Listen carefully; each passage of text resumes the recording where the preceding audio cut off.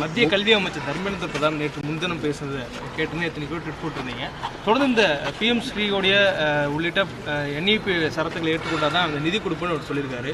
குறிப்பாக விதிகளுக்கு தமிழக அரசு உட்படுறதில்ல, தமிழ்நாடு அரசு திமுக அரசு குறிப்பாக சொந்த அரசியல் காரணங்களுக்காக இதை ஏற்க மாட்டாங்கிற குற்றச்சாட்டி வைக்கிறார்.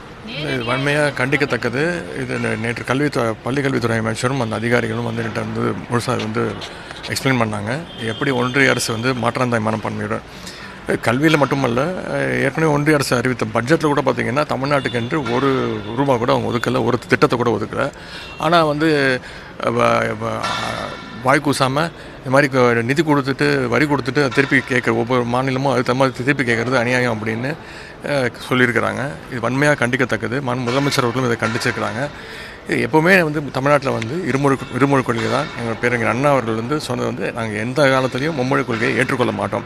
அதை வந்து குறுக்கு வழியில் வந்து திணிக்க முயன்ற எந்த வழியில் முயன்றாலும் அது எந்த நேரத்திலையும் எந்த காலத்திலும் எந்த சுச்சுவேஷன்லையும் எந்த சூழ்நிலையும் தமிழக அரசு அனுமதிக்காது. தமிழ்நாட்டு மக்கள் அதை அனுமதிக்க மாட்டார்கள். நாடு முழுவதும் எல்லாம் அனைத்து மாநிலம் ஏற்றுக்கொண்டாங்க. தமிழ்நாடு, கேரளா, மேற்குவங்கம் மட்டும்தான் ஏற்றுக்கொள்ளலாம் அப்படிங்கிறதே ஒரு நாடு முழுக்க ஏற்றுக்கொண்டு நாங்களும் ஏற்றுக்கொள்ளணும்னு அவசியம் கிடையாது. ஒவ்வொரு இந்தியாங்கிறதே வந்து யூனிட்டி இன் டைவர்சிட்டி தான். பல்வேறு கலாச்சாரங்கள் ஒன்றிணைந்த ஒன்றியம் தான் இங்கே இந்தியாங்கிறது. அதனால் ஒவ்வொரு மாநிலத்திற்கும் ஒரு அடையாளங்கள் இருக்குது, ஒவ்வொரு மாநிலத்திற்கும் ஒரு புரிதல் இருக்குது. அப்படி பார்த்திங்கன்னா இந்தியாவிலே வந்து GER கிராஸ் என்ரோல்மெண்ட் ரேஷியோவில் வந்து இந்தியாவிலே நம்பர் 1 வந்து தமிழ்நாடு. அது இருமொழி கொள்கை தான். இருக்கிறதுலே டாப் டாக்டர்ஸ் எடுத்து பார்த்துக்கிட்டிங்கன்னா சயின்டிஸ்ட் எடுத்து பார்த்தீங்கன்னா எல்லாருமே தமிழ்நாட்டில் அரசு பள்ளியில் தமிழில் படிச்சுட்டு போய் இன்றைக்கி உலக சாதனை படிச்சுட்டு இருக்காங்க. ஆனால் அதோடு இதை கம்பேர் பண்ணாதீங்க. இதை வந்து வன்மையாக கண்டிக்கின்றோம். நிச்சயமாக மும்மொழி கொள்கையை நாங்கள் ஏற்றுக்கொள்ள மாட்டோம். தமிழ்நாட்டு மக்களும் ஏற்றுக்கொள்ள மாட்டாங்க. திருப்பி எதிர்க்கக்கூடிய அதே நேரத்தில் பிஎம் ஸ்ரீ ஃபண்டை சைன் பண்ணுறதுக்காக பிஎம் ஸ்ரீ ஸ்கூல் ஏற்றுக்கிறதுக்காக MOU போடுறதுக்கு குழு அமைச்சது ஏன் அப்படிங்கிற கேள்வி அதிமுக. குழு தானே அமைச்சோம்.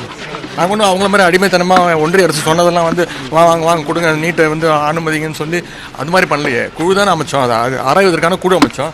குழு அதை ஏற்றுக்கலையே. குழு ஏற்றுக்காத போது நம்ம என்ன பண்ண முடியும்? தொடர்ந்து அதிமுக குற்றச்சாட்டு இரட்டை வேடம் போடுது திமுக இந்த மாதிரி விவகாரங்களில். மத்திய அரசோட ஒரு புரிதலும் தமிழ்நாட்டு மக்களுக்கு நன்றாக தெரியும். யார் இரட்டை வேஷம் போடுறாங்க, யார் 3 வேஷம் போடுறாங்க, தமிழ்நாட்டு மக்களுக்கு நன்றாக தெரியும்.